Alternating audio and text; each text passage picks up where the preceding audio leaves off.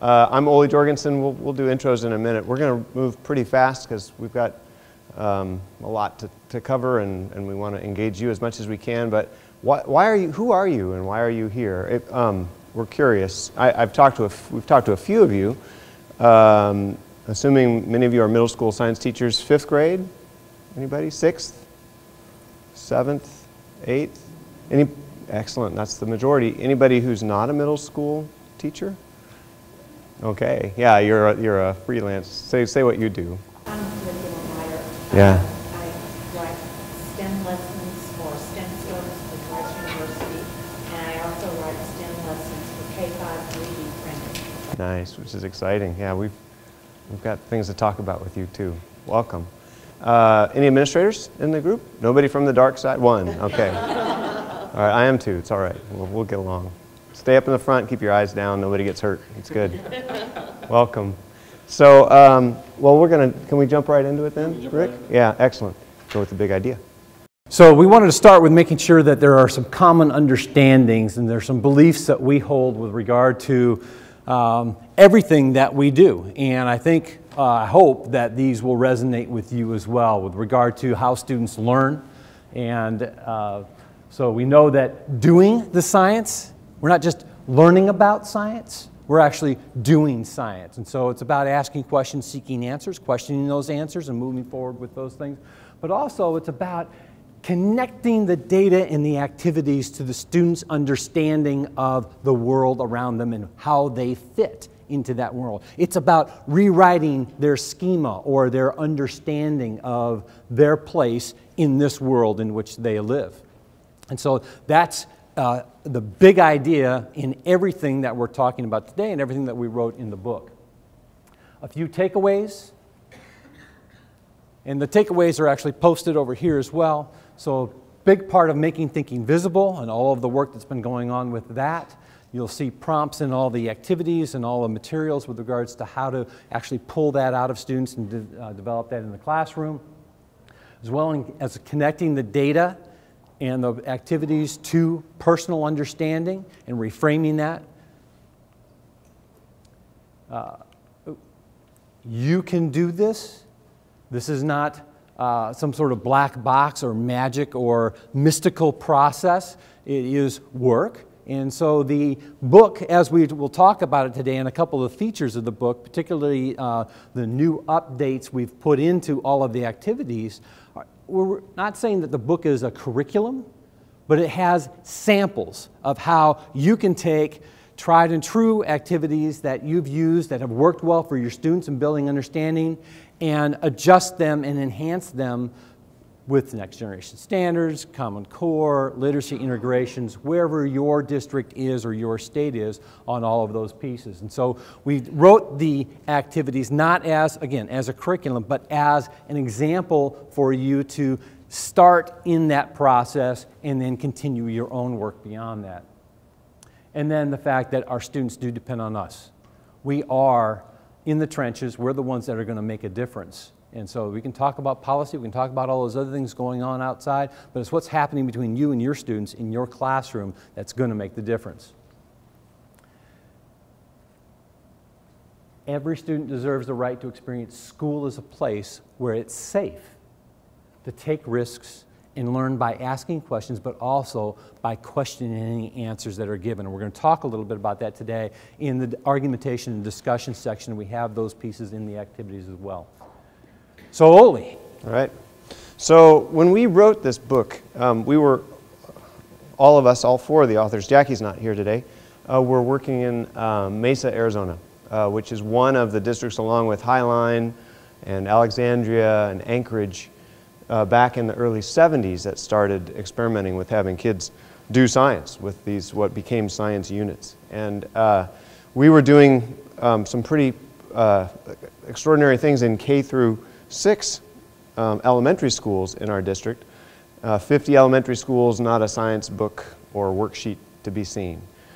But what we realized was we had a lot in our middle schools, we had a lot of demonstration lessons, there were a lot of worksheets, there was a lot of drill and kill happening. And so I got the idea, why don't we do what we're doing in K6 in middle school? And now, so that was sort of the genesis of the first book. So then when NSTA contacted us to, oh, thank you, but yes, there's the, that's the first book. It's relatively thin and easy to carry around compared to the new one that's more voluminous or whatever the word is. So we, you know, we thought about rewriting the new book. NSTA contacted us. It's been a decade. There's been lots of changes. You know, Google is now a verb, and what was that in 2003? You know, who knew? And engineering design and STEM, and now the NGSS. And so we thought, sure, we'll freshen up the book, right? It didn't work out that way in the end. So one of the things that happened was the update became a rewrite. So the 2014 version, you know, is probably 70% new compared to the, would you say? 90? Okay, 90% new. All the activities are new. Yeah, the bulk of the book is the activities. Sure, sure. So, yeah, there it is. So you're ahead of me, Rick. Thank you. So, you know, it's really changed. So much has changed that we ended up, middle school kids haven't changed all that much other than maybe being, you know, digital natives and more inclined to that sort of work. But certainly the rest of the book changed considerably.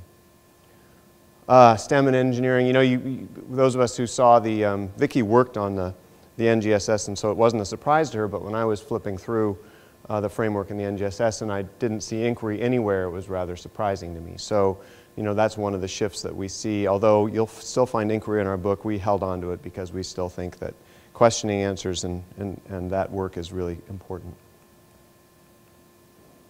So, yeah, we did a lot more with collaborative table groups in the new book.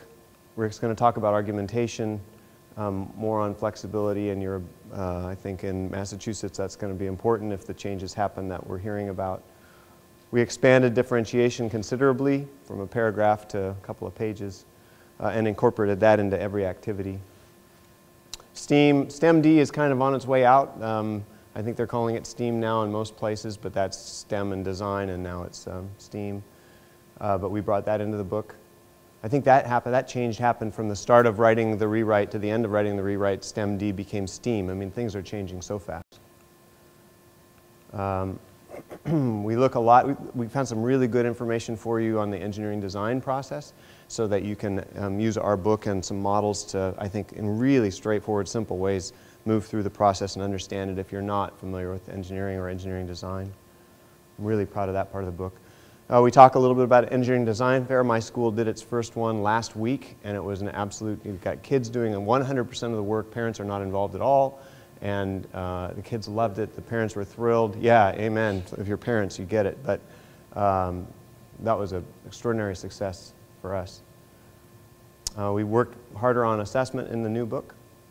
There's some information in there about going green, and there's a long appendix about how you can promote STEM careers and new resources. I think our resources section doubled because there's so much now that's electronic, right?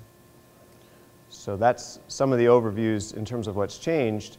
What hasn't changed is that we really wanted this to be a, having surveyed what was out there back in 2002, 2003, we wanted to be this to be a book you can use. You know, you can pick this thing up, and whether you read it cover to cover or you just pick out sections, we want it to be useful, and we hope that it is. So that's a quick overview of the book. In terms of introductions,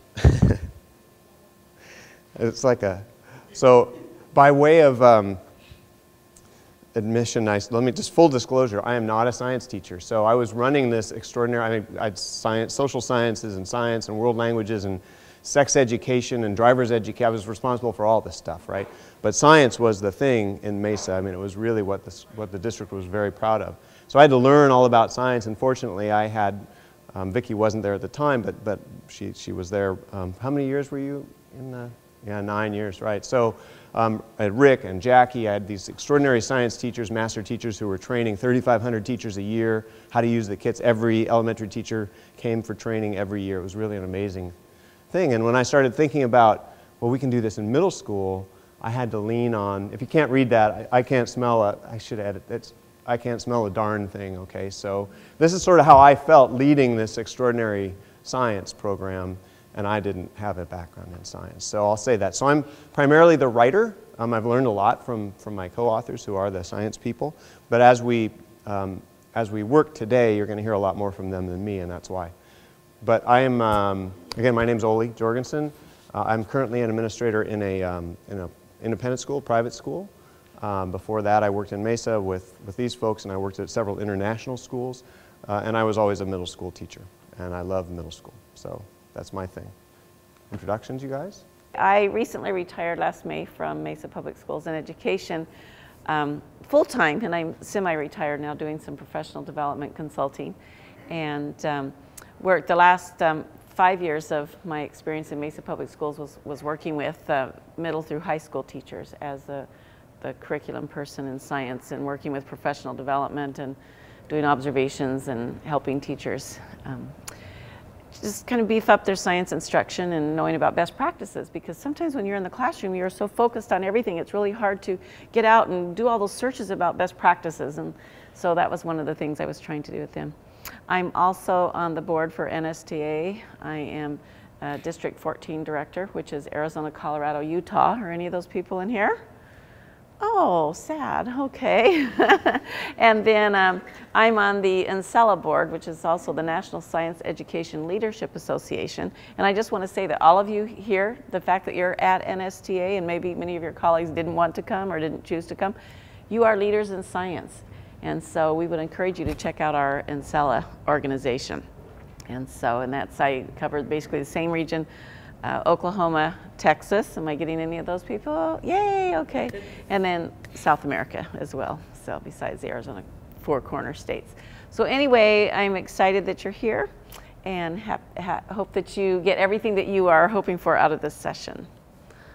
So I'm Rick Vanosdall, and I met Ole when we were in Mesa together, and that was a long time ago at this point. And so at this point, I'd like to just tell you that I spent 15 years teaching. I taught high school chemistry and biology, and worked in professional development. I was one of those teachers that got tapped from the high school to work with elementary and middle school teachers, to work in content as well as pedagogy pieces within the district, and then transitioned into a position similar to what Vicki held in the district, and worked with Ole there for about 4 years.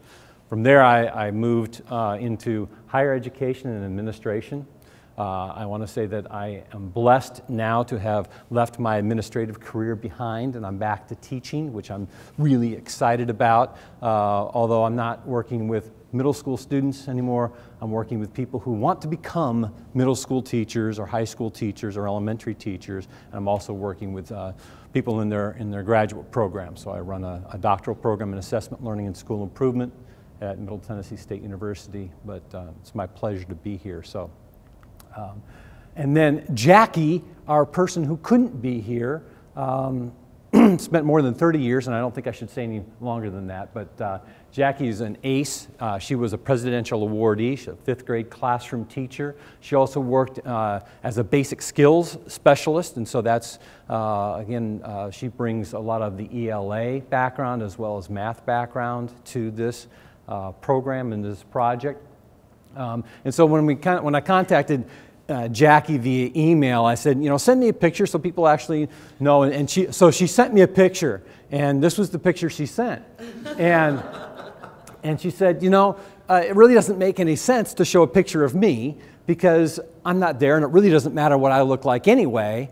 And please share this picture. This is a picture that Jackie took. She spent the last previous to this picture, she spent 6 weeks watching a hummingbird nest outside her home in Arizona. And this is actually the mother feeding one of the chicks. And so this is the first time the chick had left the nest. This is in a palabrea tree right outside her back window. And this was her shot. And she said, you know, this really conveys more about me that I would want to tell others about. That is, be curious, wonder, and ask questions. And the beauty of the nature and the connection, and I'm sure there's all sorts of symbolism she would go on about with regards to the mother feeding the chick and hummingbirds and how special hummingbirds are. So that's the piece on Jackie. Okay, thanks for that. Okay. I'm back. So yeah, I'm working with impressive people. Jackie's amazing. If you ever get to meet her. So the core of this book, like the first book, is the activities, and there are 10 of them. 9 of them are new. 1 of them we freshened up. In each activity, and I'll just sort of list what's in each activity. We're only going to cover a tiny portion of each of the sections. I think we're going to focus on 3. But so we lay out the activity, the objectives, what they now call academic language. We used to call key terms, vocabulary. Focus questions, or for the engineering activities, design problems. We give a little background. What does the teacher need to know, or what are some places teachers can look to learn more about the subject of this activity? What are some misconceptions that children and sometimes teachers, adults have about the topic? Of course, we had to bring in safety issues, which is a big focus for middle school science. Where's the STEM in this activity? I think NSTA and the generally accepted rule now is at least 2 of the STEM activities need to be part of a science investigation to be considered STEM. You don't have to have all 4. Then we brought in the standards alignment to make it easy for teachers. The activities are not about the standards, but we wanted to make sure that we chose a variety of activities that touched on a variety of standards and then laid it all out for you so you don't have to do that part. So if you have an administrator coming in to ask you what standards you're meeting, you can show them this big book and they'll go away. We worked pretty hard. 5E was in the first book, but we've really brought it out in this book, and I think that you'll find that really useful because we know that 5E is moving across the country and has become more widely known and used. What do you need to do, and how long does it take to set up? What do you got to have? What's it cost? I mean, those are the sorts of information, that's the sort of information in the preparation and management details section of the book. We give you some discussion and argumentation prompts, and then at the end of each activity, we talk about ways to serve the students who are struggling, and a couple of ideas for ways to serve the students who need more extension.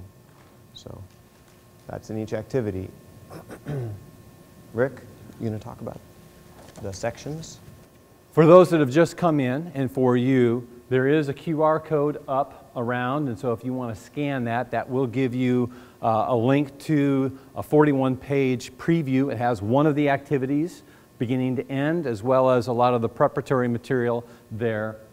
And we are going to take time at 2 points in our presentation to give you a chance to reflect, talk to your neighbor, discuss some things, and give us some feedback as we're going along. So we will do a think right, pair share. And we'd like you to keep track of, and let's see, there's a Think Right Pair Share poster over there that mirrors what's up here. So as we're going through these 3 sections, we'll be going through standards alignment that includes STEM or the NGSS as well as the frameworks. We'll be going through a section on the standards associated with Common Core or literacy integration if you're actually not in a Common Core state. Or if your state is ready to jump from Common Core, which it seems to be happening now well, you know what, you see the news. Indiana just pulled out a couple of days ago. So something that is affirming or that you're embracing, that you're hearing, that it's giving you hope that there's other people who are saying the same thing that you're saying. Maybe a challenge to your current thinking and practice. Maybe there's something that we're going to say or present today that is outside the box for you, and so that might be something you want to take note of. Maybe there's a new insight or a new perspective or a new tilt or slant on some information that we're going to be talking about, or maybe there's just plain a question that you'd like us to answer. So as we're going through this next segment of information with regards to the standards alignment as well as argumentation and discussion, and then the third piece we're going to do is also on the 5E model. Jackie's got a handout and we're going to go a little bit more in depth on the 5E model. You might want to just jot a note to yourself or something like that along the way. So, standards alignment. Basically, a framework for K-12 education is the document. It's a book. You can download it for free at the website there. And you can also get a hard copy book. It's about $32 or $33. But this is the research behind science education. And so this is, some people say this is the document that their state is focusing on right now, because they don't know if they're going to adopt the next generation science standards, which were written based on the framework and other great works of research. And so in our state of Arizona, even though we're hoping in the next year or so to adopt next generation science standards, we're focused on the framework so that we can look at those science and engineering practices. Because even if we don't adopt the NGSS, the framework is there. This is what they're saying is good science teaching based on the research. So I guess what I'm getting at is, even if your state is not looking at NGSS, you can look at the different skills and engineering practices that are in the book that we've written, because the book aligns with NGSS. So are any of you in a school that's saying we need to do the NGSS standards yet, or some of you are? Okay, so we've got that alignment in our activities there so that you can be focused on what they're saying are good science practices. And even if you say, no, we're not even doing that, I really haven't even heard anything about it, it's just teaching great science. And so that shouldn't hinder your feeling about the book. It's not specifically all about that. So anyway, I heard this quote yesterday. We had a session, and I really loved it from Brian Reiser. I don't know if any of you know him, but he's from Northwestern University. So it's shifting from learning about to figuring it out. And that really is the different focus, because we know in businesses are saying, we don't need kids necessarily to know all that information because it's right in the palm of their hand. Whereas the model of teaching, it used to be teachers had all the information, then the kids would come to us and we had to tell them it all. Well, you know what, the information's out there. We have to have a basic of information. Everybody has to have that floor of information, but then from that, they want kids to be able to think and to use the information. And that's what these activities are that we have designed, is that kids have to solve problems. One of them is a problem-based setting where the kids are in the school. They're looking at taking on the drips of drops is the name of the activity. And it has to do with going around at their school and looking at how much waste is happening in the faucets in their classroom and in their schools. And it's a very simple, easy problem-based learning where kids are having to figure out what is the problem, what is the solution, what can we do. So anyway, and all aligned to the next generation science standards. So basically I've covered this in here talking about our DGS is doing good science. It took me a minute. What's DGS? When they had this, I was like, oh, doing good science. Okay, but anyway, we hope that you will use the book and look at those alignments and decide, okay, how does this fit into what I'm doing and this activity that I usually do? What is different? And as Oli said, I think that's the beauty of the book, is you can look at the activities, because we tried to choose the activities that we see most teachers in middle school doing, that they like, their tried and true ones, but freshen them up to give them a STEM focus and to align with next generation science standards. Then we have Common Core. Raise your hand if you are in a Common Core state. Okay. Raise your hand if it's really a big emphasis in your state, in your district. You've had trainings there. Okay. All right. So split on that, on where you are. Most states, is there anybody in here that you're not a Common Core state? Oh, okay. We've got a, yeah, Texas, right? Yeah, you know. And where? Virginia. Okay. They may not be a Common Core state, but these are literacy standards that are just good practices as well. Take things to another level. And I don't know, this probably looks familiar to you, because when they came out with the new Common Core, they had the Common Core for the language arts teachers, but then there was this piece. It's for standard arts for science and technical subjects, and also history's in there as well, but I didn't write that in there. So these are standards. If your state has adopted the Common Core standards, you have specific standards that as a science teacher, you are expected to test and assess in your classroom. And some of my science teachers were really shocked by that. What do you mean we have to test it? We're science teachers. Well, you know what? It's all about communication. One of those 21st century skills is about communication. And businesses want our students, their future employees, to have good written and oral communication skills. And so we do that a lot in science. But the thing is, when my teachers came to my Common Core training, I'd say, if you look at those ELA standards and go, oh yeah, do that, yep, check. Oh, I already do that. Then you really don't understand those Common Core standards. They're at a much deeper level than we had ever anticipated and had done in our classroom. It's a very rich level. It's really, I welcome them because it's making us stop and think, wow, how can we do this at a deeper, richer level? So in our activities, we give you those Common Core standards that you can teach.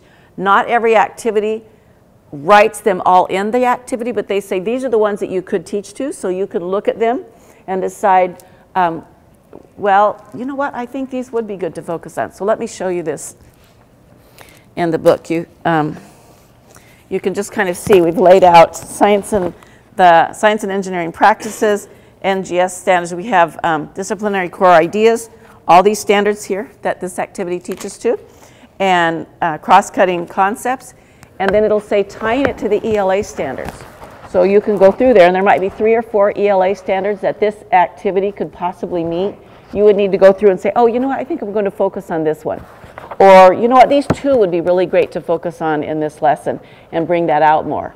So then when your administrator says, what are you doing to teach Common Core, you say, oh, well, you know, right here. And in my lesson plan, I've written these ELA and Common Core standards. So hopefully outlining them for you. You don't have to search lots of documents online finding out exactly what you're going to focus on. Okay. Then one of the activities that we have in there is being a super sleuth. But the way that the students report out on what they have investigated is through a craft. And I'm not sure how many of you are you familiar with what a craft is or a raft? This is some of you are nodding. This is really an English language arts activity where each one of those start with it's an acronym. Come on in. In fact, let me pull it out in here to show that to you. Okay. All right. So anyway, the craft has to do, well, I'll go through the acronyms. The C is the context. What is the context? Yeah, she was back there going, what was the C? Is the context. So it has to do with a town that is a little concerned because they're in an area that has some natural disasters and earthquakes, and they're wanting to be able to be on top of that more. I mean, this is very timely with some of the earthquakes that we've been having lately. And so the role of the students, because this R in the craft, is to be able to take on the role of a scientist that is going to do some investigations, find out the pattern of the earthquakes that have been happening, and find out a different way of possibly predicting how those earthquakes might happen, and so the town can be safer. So anyway, and you go through all the different steps of this craft, and then the end of it, they're presenting, they write a letter to the mayor telling about their things that they have investigated and their recommendations, and then it's presented to the class. And so anyway, just going through the acronym there, they do go through the writing process. It puts them in a role, and it's kind of a fun way for them to, a different and maybe a novel way for students to be able to do and share their information.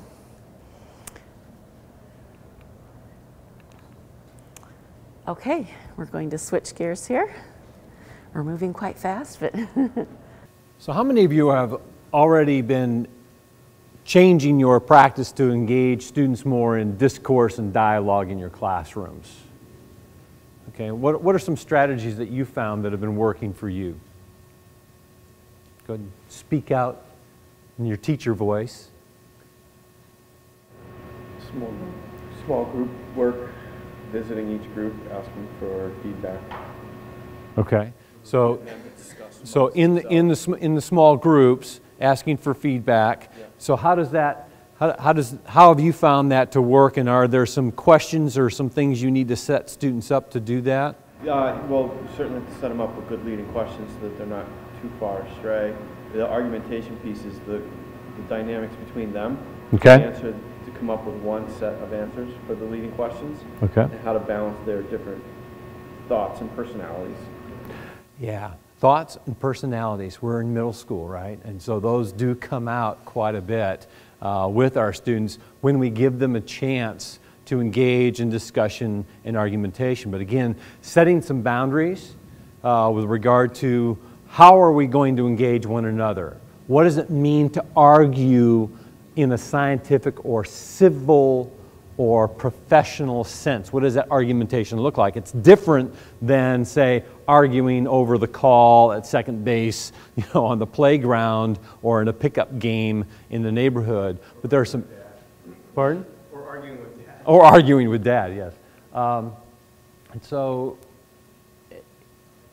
we lay out for you in the book some notions with regards to, it's not just free and open discussion. It has to be focused. There's leading questions. There's some stems. On page 17 of the book, we actually have a list of just some stems. And with the idea was that you might actually jot those down on a 3x5 note card, or just copy them, tape them down to your desktop or something like that to refer to, so that you've got them ready to go at any particular time until you generate a level of comfort with engaging students in that discourse and argumentation. But also comes along with that notion of civil and professional discourse, and talking through norms or codes or commitments we're going to have as class members in this procedure.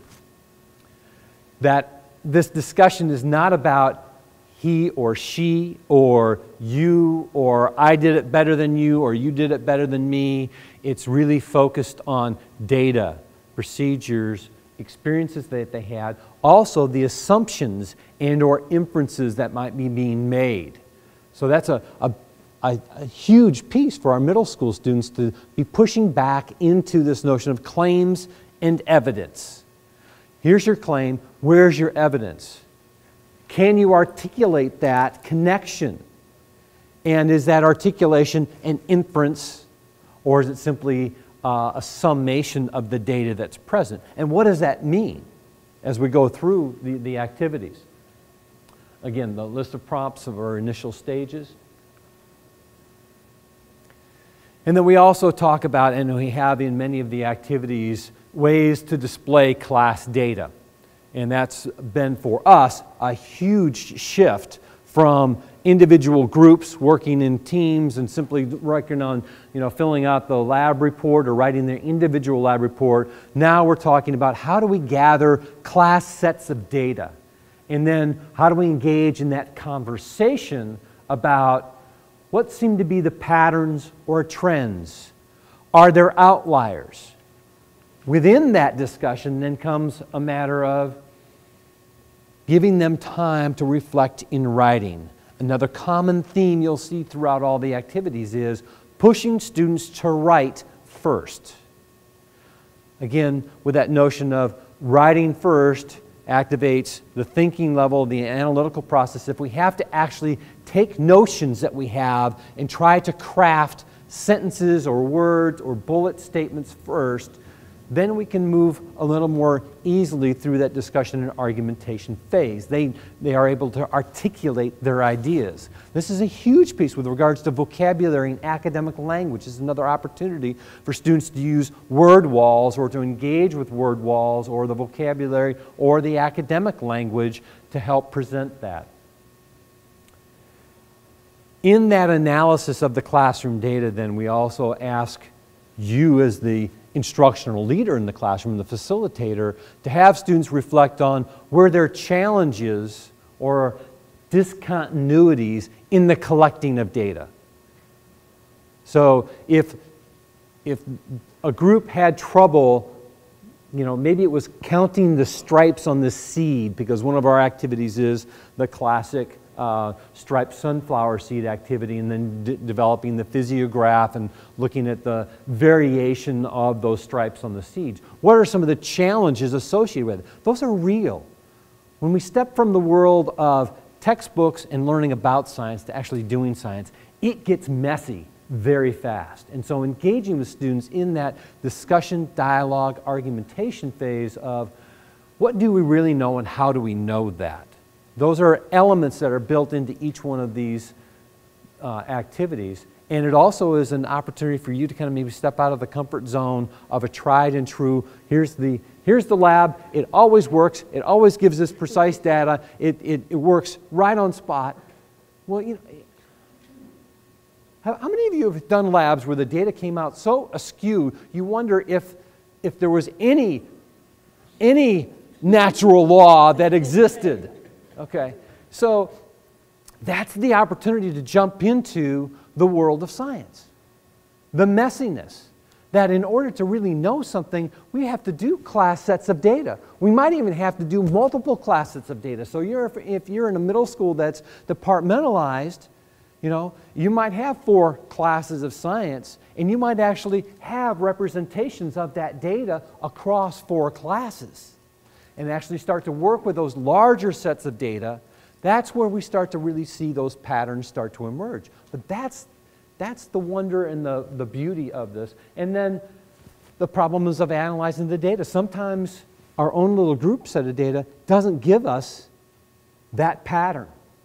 Particularly when we start talking about, well, that's one of the reasons why we included the stripes on the sunflower seed activity. That's a classic activity that's been done for decades, but it's an activity that requires every student and every team to contribute to a larger body of data and then working that data through. But also, it's a wonderful activity where you can have large graduated cylinders that are actually taped to your desk up front or across a counter space, and then have students contribute the groups of sunflower seeds, and you begin to see the development of that bell-shaped curve that we would expect to see in any genetically determined population.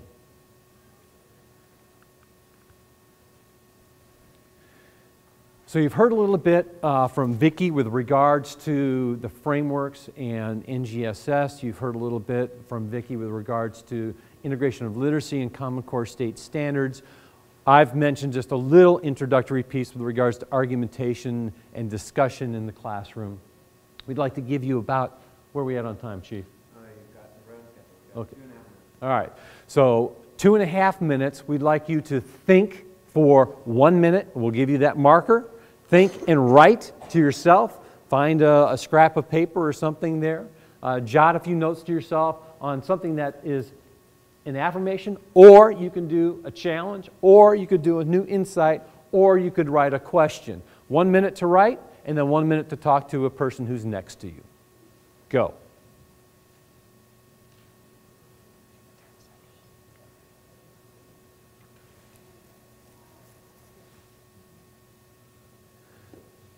A minute's a long time, isn't it? All right. That's why Oli's on the timer. All right. So at this point, we'd like you to either get groups of 2 or 3, talk to your neighbor, take this time to exchange ideas, give about 30 seconds, and then 30 seconds. And I'll give you the 30-second marker. So first person, go.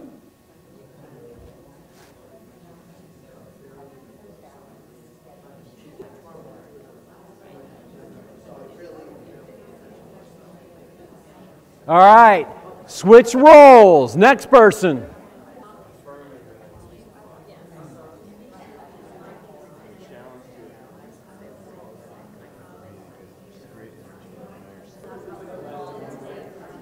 Five, 4, 3, 2, 1.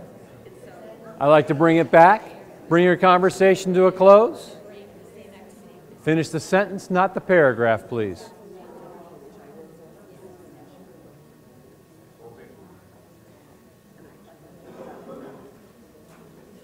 Vicki's going to now we'll take an opportunity to take what you've just discussed. We'll give you another opportunity to do a little bit of reflection, and then we'll actually do some sharing out at the end, and we'll do some Q&A there as well. So there may have been some questions that were generated at this point. We're going to jump into now the 5E model. Vicki's going to take over, and she's going to introduce you or maybe extend some of your thinking and understanding associated with the 5E model. Is there, oh, thank you. How many of you are familiar with a learning cycle or a 5E model? Okay, fabulous. One of the things that I did as a curriculum person and professional development specialist in my district was work with my middle and high school teachers on this 5E model, because what was happening is they were teaching science with what their principal and anybody would call like a Madeline Hunter lesson plan, and I don't know what every state uses or calls them, but it was basically where you're giving a lot of information up front. Here's your vocabulary before we do the lesson, and a 5E model is more of a constructivist, inquiry-based model. And all of our lessons in the book, all 10 of them use the 5E model, as well as most of the books that are coming out of NSTA have 5E in them. And it's not something that's brand new. It's been around for a decade at least, or more. Roger Bybee is one of the first people to introduce that at BSES a long time ago, but we know in education it takes a long time for things to kind of come out. So anyway, because it's in all of our activities and it's so important, it's one of the things that was kind of my mission in my district, is to get teachers and principals to be familiar with this model. So as we go through this and talk about it today, and I would like you to think, how can I share this with my principal so that when my principal comes in to evaluate me, they might realize that this is a different format or structure than maybe they're used to evaluating, but this is a best practices. And it works fabulous for math as well. If you are also a math teacher, perfect for Common Core math because it's an inquiry based. And then I have to tell you, our social studies specialist in our district saw this lesson plan format. She went, oh my gosh, you can totally use that in social studies. And then we started thinking about all the other areas that elementary teachers might teach, and this could be used in any place. And I'm going to Bogota, Colombia this summer to do a training, and we're using this model because they are hungry for some best practices. So what I would like you to look at this page, I'm going to have you work with a partner. So if you're hopefully they're sitting next to somebody, meet a new friend, just get next to somebody. And first of all, take just a moment to look at the format of this form. On one side, you'll see that it says, if I had my glasses on, I could see that. Let me see, let me see your paper here. On one side, it says what the teacher does that's consistent with the model. The other side is what the student does that's consistent with the model. And so that's important. And then also important is to notice on the left is what's consistent with the model, and then on the right is what's inconsistent. One time I was doing a workshop, and one teacher was focused on all the inconsistent things, and she's going, oh, I do that, I do that, I do that. And I'm like, oops. Okay, true confessions. So anyway, look at that left-hand side, and I hope you're with somebody and taking you a little bit out of your comfort. You've got two there, you two want to sit together. And just kind of go through that. Look at the engage right now. Let's look at the engage. Just take, so look at the engage right there. Just this the first E, what you're going to do. So as you're looking at that, I'm going to talk with your neighbor about what you see and maybe what you already do. What do you do to engage your students in a lesson? When I was in school, it was turn to page 51 in your science book. That's not engage. So talk with your partner maybe. What do you do to engage your students?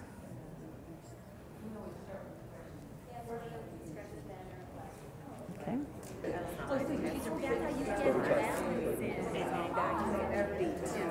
Okay. Boy, it's dangerous to let teachers talk and then only give them a minute, but. So thank you for sharing with your neighbor. What were a couple things? A couple things I heard. A question, a great question is a good focus.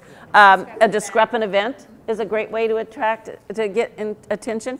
So two things in engage that we do get their attention in some fun way.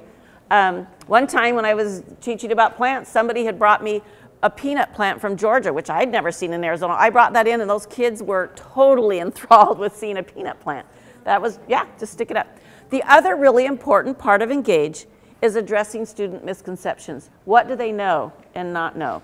That's very important before you teach. If you have not taken any of Paige Keeley's workshops, they're fabulous. So I think she says they're doing 8 sessions during NSTA. So Paige Keeley, and we reference her in our book as well. Keeley. In fact, I think she's presenting next door. No, you may not get up and leave. But she's there doing a great job. So 2 things, get them excited, find out what they know so you know how to form your teaching. Then we have, if you look in there, then they explore. They do something and they explore. Of course you make it something. You don't just give them all the chemistry things and say, oh, do what you want. You know, it's a little more structured than that. But you are not doing a cookbook activity. Okay, this is what you do. This is the recipe you follow. It's what can you give them to explore. We could go into lots of examples. This is a 15-hour workshop that I do with my teachers, and we're doing it in 5 minutes. So you can see we don't have quite enough time. But at least you might find out some information that would intrigue you, and you can do some more research on 5E. So you're letting them explore. You're letting them do the lab that's not so structured that you're telling them everything that happens, letting them feel like they are discovering and the scientist. And then you go into explain on there. And there's 2 things in explain. Students are first. They've just done this great activity or lab. What did they learn? What did you find out? And let them share, and then you want to get your students talking to each other. Another group says, oh yeah, we figured that out. We found out that happened too. Get your students talking to each other. They're explaining what they understood, and then as the teacher, you are that guide on the side that is facilitating that conversation. Oh, okay, so when that stuff went through that bag, scientists call that osmosis. This is where you introduce vocabulary. You don't start out the day saying, we're going to do a lab on osmosis. That means nothing to your students. They do an activity, they will use what we call their operational definitions, where they're talking about, oh, it's that one where you use cornstarch and iodine, and oh, it went through the bag. They don't have to know the word osmosis to do that activity. But in explain, when they start talking about that, then you plug in the scientific word for it. It's much more meaningful to them. Then you go on to elaborate. Maybe they're going to take that basis of information that they learned and they're going to apply it in a new situation. If they've done something on electricity, I don't know what's in your standards at what grade level, they've made a circuit, this is I guess elementary maybe, then now they're going on and doing parallel circuits. You know, they're just doing all kinds of different things with it, or else they're maybe designing a house that will use the different types of circuits. So how are they using their information? And then you go on evaluate, as you might guess, is in all 4 areas. When you're doing engaging them and you do their misconceptions, check. When they're exploring, you're going around, you're listening to their words, you're watching what they do, you're kind of evaluating them. And all the E's you would do evaluate, not just at the end. So it's a great way to have that flow of your science lesson where it's inquiry based, where it's focused on the kids and doing science instead of demonstrating science, and works really, really well. You know what, I think, oh, thank you. Did we get them all up there? I don't think I pushed that button, but somebody did. So anyway, we are going really, really fast here. We are on another Think Right pair share. So I don't know that we have time to do that, probably. Probably not. So maybe just with your neighbor, just say something that maybe about this 5E that is different or interesting, or how you're going to implement. Just tell somebody. You could tell. Okay. What do you think about this 5E? And so now we can just put the kids in a bus and go to the river and do a big water study. Oh, okay. So Ollie's been telling us where we are on time, which is always very, very helpful to us. We know we've got only a couple minutes left. So what we'd like to do is actually give a chance for questions from you. Before we do that, I want to remind folks, because we had a lot of people come in during the session, the QR codes that are up will take you to our email addresses, our names and email addresses, as well as a link that all you have to do is type that link in what comes up from your QR output, and that will take you straight to loading the PDF that's downloadable from the NSTA website. There's a 41-page PDF. That's one of the activities. It's actually the striped sunflower seed activity, along with some of the preparatory information and other background information that's available on the NSTA website. So the QR code will give you that. and we wanted you to be able to access that. That's why it's up in different places around the room. And we'll actually, our last slide, we'll have that on there too. And so when we get to that, you can just have your QR reader up at that point. Are there questions? How much time do we have, Doctor? 3 minutes. 3 minutes for questions. And so we'll take a few questions and then we'll move on to the last thing, which is door prizes and giveaways. So, yes? Why did you go with 5E versus the engineering design process model? We have the engineering design process model in the book. It is featured throughout all of the activities, and we have a background piece on that. And one thing I want to say is you don't have to do 5E all in one day. Maybe one day. One day might be engaged. In 40 minutes. Next time, yeah. Good point, thank you. And the other piece is there are many of our activities that actually incorporate a design challenge. So it's not just doing the lab and you're done. It's doing the activity, collecting the data, what's the next step? How are you going to refine? Those types of things. Next question.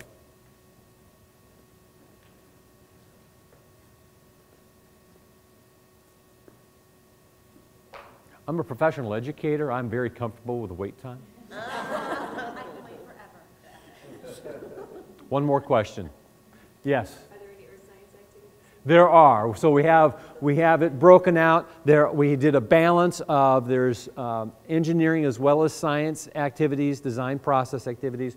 There's earth science, life science, physical science, and we did a balance analysis of that. That was part of the feedbacks that we got from the reviewers, actually, was to make sure that we had that kind of balance. So we spelled that out for you.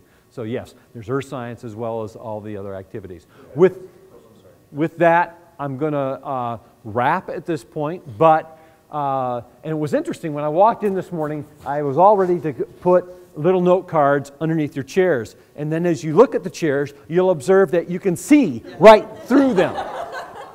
So I was like, oh man, okay, adapt and modify. So if you're in the room and it's the first person there, can we, let's see, there we go. Check under your chair. It's in the front. The front is a solid piece, and you'll feel right in the front band, you'll feel a note card. And if there isn't one on your chair, there's one near you. There are 3 in the room. There's 3. Okay, those are labels. This is a note card, 3x5 note card. There we go. Is it 3x5? Or is it? It's not 3x5. It's a 3x5 note card. It's a little. Is it 3x5 or is it a little piece? It's a 3x5 note card. There's 3 of them. There's 3 of them. So here's the other piece. But is if that you one? are, raise your hand if you are a first-year teacher. If you are a first-year teacher, a second-year teacher.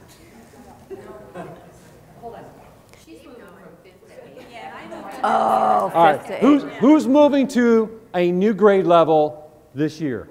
1, 2, 3. All right, so we're going to go with the birth date that is furthest from today. The birth date, May 10th? July 24th, that's further away? April 14th. Oh, April 14th. So May and July. July are our 2 winners. Where are the rest of your golden tickets? They're out there. What do they There- look like? there- Is there this may be- one? Because that's on 3x5, but it's not There's 3x5. There's a 3x5 card that's oh, folded. it's folded. So give me that, Ollie. Give me the card. You know So what? It might you're be looking the for back. something taped right inside. The other birthday person. Should we There look are- in front? Should we just look? Yeah, look Should on say any this. place. I don't know. Folded right in the front, right in the center of the front. Let's see. Are any of them on the front row? No? Oh, look. There we go. There you go. There you go. There's another one.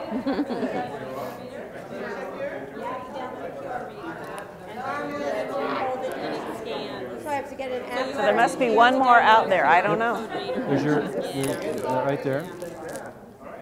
Thank you so much. Thank you for coming today and taking your time.